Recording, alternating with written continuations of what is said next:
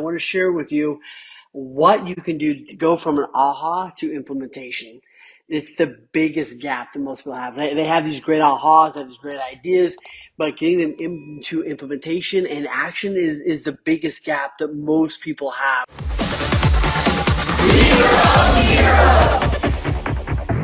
Hero Nation! Before I get into that, though, let me give you my couple books that I'm diving into right now. These are some of my favorites. People ask me all the time, what are you reading? So I thought I may as well just share with you. And if you jump on here, say hi, make a comment, let me know what you're reading. Like I said, sometimes it's nice to just jump on here and actually say hi and connect. This book, oh my goodness, exactly what to say. There's also a version for real estate agents. Love this book by Phil Jones. It's such a great book. If you run a team or an organization, even yourself, such a good book. If you're in real estate, you can get the real estate version. Awesome book. All right, here's another one. Love this book, The Presentation Coach. We use some of the principles of this are similar to what we talk about in Take the Stage. By the way, Take the Stage is again in October. Great book for how to present, how to talk, how to share your ideas. Love this one. The travel agent organization I am part of went through this book a little while ago. So good. Instead of hocus pocus, it's focus. Such a great book. Go get your hands on it. Classic, and yet such a good one to start at the end. Great book. And haven't read this one yet, although I'm excited to. My daughter started reading it. Cannot wait to jump into this book with the man, the myth, the legend, Zach R.O.I. Williams. Can't wait to dive into this. I guarantee you it's good. I just haven't got it yet. I just got it in the mail a couple days ago. But let me lay this out for you. And I want this to be a little bit of a back and forth if we can. The biggest differentiator, most of you know that I've spent my life trying to figure out the difference. What differentiates? What separates the ultra successful from those that just want it? There's a lot of things that don't. Hard work doesn't necessarily separate. There's a lot of successful people that work hard. There's a lot of people that are really not all that successful, but work really hard. Think about how many people you know work really hard and don't have the income or the life that they would actually like to have. It's a huge number. So hard work isn't necessarily the differentiating factor. What is? And the more I study, the more I get to hang out with people, the more I interview them. As if you ever had a conversation with me, I'm probably gonna ask you a bunch of questions. One of the biggest differentiators is this. The ultra successful people have an idea and they implement. They take action. They go all the way through. Unsuccessful people have really smart journals. They have really smart notebooks. And I've been guilty of that. I still am guilty of that from time to time, right? You go to an event, you go to a class, you're talking to whoever, and you write down, man, this is great. We should do this. And you have really smart journals. And one of my clients said to me one time, he said, my journals never reminded me. Meaning, I got my journal right here, right? One of them. My journal's never fallen off the shelf and said, hey, remember you wrote this down.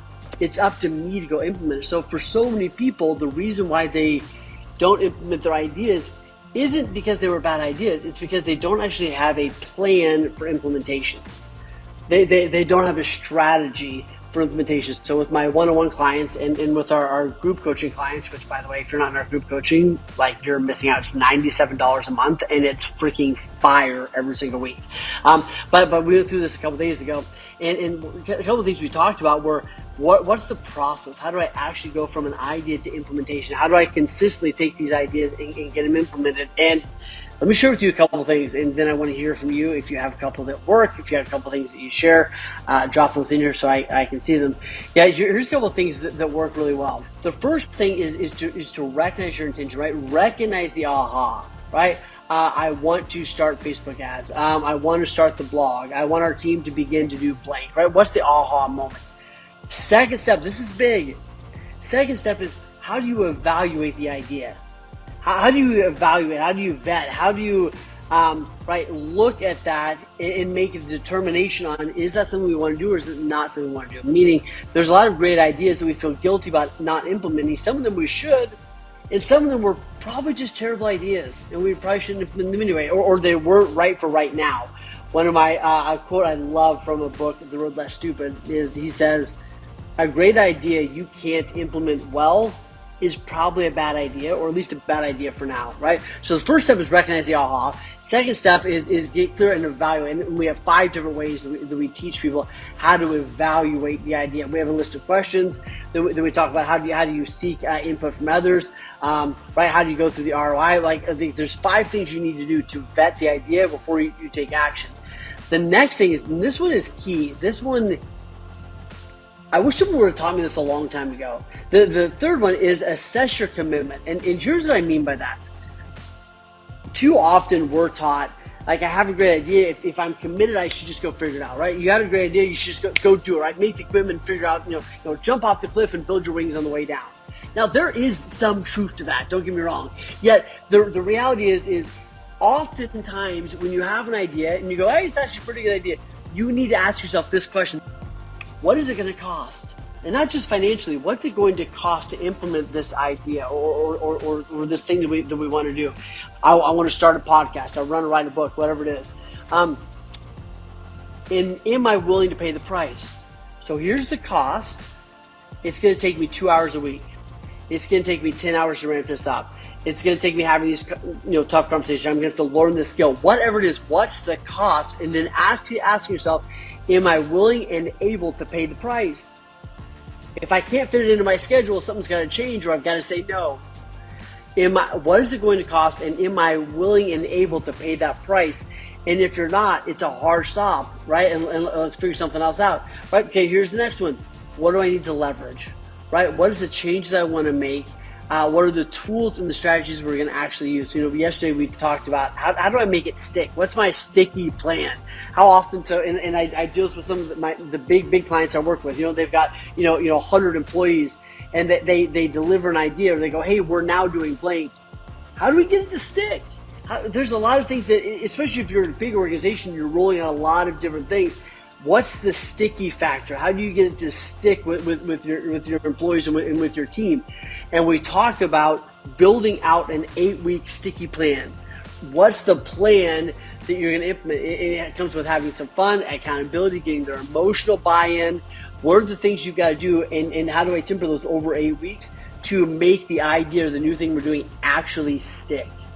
It's critical. Too many of us have thrown things at our teams or organizations over time, and we give them whiplash because it's idea, and we don't actually create a sticky plan. Once you create your sticky plan, you can implement that over and over. You need to learn this. If you're a leader that struggles with getting things to stick, reach out to me right now. Let's have a conversation. I'll share with you the sticky plan and how to roll one out for an organization that actually works. The last couple steps is this.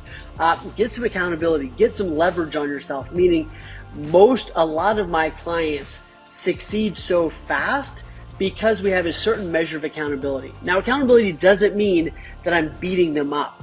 Accountability means, what are we going to do between now and next week? What's our big rock mile markers, this quarter? What are we going to do between now and next week and get it done? And we're able to, here's the biggest thing that coaching does and why the ROI on coaching is so high. Because we're able to not only collapse time, but we're also able to avoid a bunch of missteps along the way. Right, we're able to do it faster with fewer bruises because accountability is a big piece of that. Hey, we said we're going to do this. What worked? What didn't work? What do we need to do again this next week? And then the last step is examine how the implementation is going and celebrate the win. So if you have questions on this, let me know. I'll tell you what, your superpower will be implementation. It won't be ideas. There's a lot of really great people with a lot of great ideas. Ideas are a dime a dozen. It's the implementation of the idea.